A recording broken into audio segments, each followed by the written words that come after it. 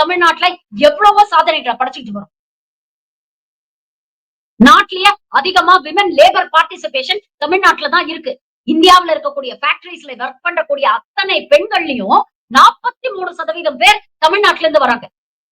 இத பத்தி என்னைக்காவது கோதி மீடியா டிஸ்கஸ் பண்ணிருக்கீங்களா? டிபேட் பண்ணிருக்கீங்களா? உதயநிதி சனாதன தர்மத்தை அவமானப்படுத்திட்டாரு. ஸ்டாலின் வடக்கன்களை இழிவுபடுத்திட்டாரு. என்ன கேவலமான அரசியல் இது.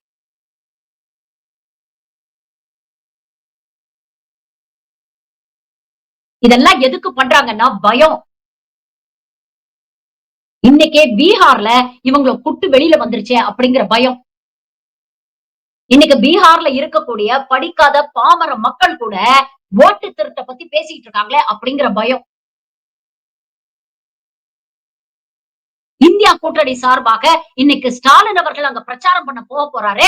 இங்க தமிழ்நாட்டுக்கு ஒன்றிய அரசு செய்யக்கூடிய பல விஷயங்களை அவர் அங்க எடுத்து சொல்ல போறாரு.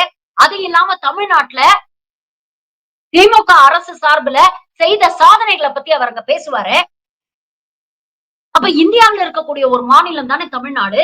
தமிழ்நாடு இந்த அளவுக்கு முன்னேறிடுச்சே, இவ்வளவு வருஷமா இந்த சங்கிகளுக்கு ஓட்டு போட்டு நாம தானே பின்தங்கி இருக்கிறோம், முன்னேற மாட்டேங்கிறோம் அப்படின்னு அந்த மக்கள் யோசிக்க ஆரம்பிச்சிருவாங்க அப்படிங்கிற பயம். ஏன்னா சிந்திக்க தெரிஞ்சவன் கண்டிப்பா சங்கிக்கு ஓட்டு போட மாட்டான். அந்த பயத்தினால இன்னைக்கு தேவையில்லாத விஷம பிரச்சாரத்தை சோசியல் மீடியாவிலையும் கோதி மீடியா மூலமாவும் பிஜேபி கையில எடுத்திருக்கு. ஒரு பழமொழி உண்டு, எல்லாரையும் எல்லா காலகட்டத்திலையும் ஏமாத்த முடியாதுன்னு. அந்த மாதிரி இவங்களோட குட்டு ஒண்ணுன்னா இப்ப வெளியில வந்துகிட்டு இருக்கு.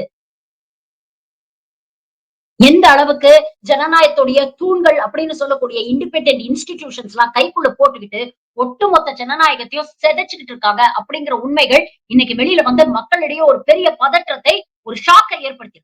இது கண்டிப்பா இனி வரக்கூடிய மாநில தேர்தல்களையும் ஒன்றிய தேர்தல்களையும் நிச்சயம் எதிரொலிக்கும்.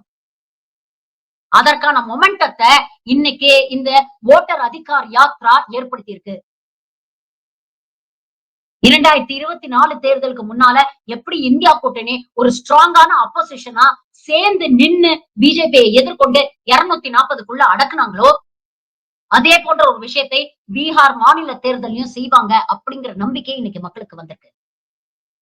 பாசிசத்துக்கும் எக்ஸ்பைரி டேட் உண்டு.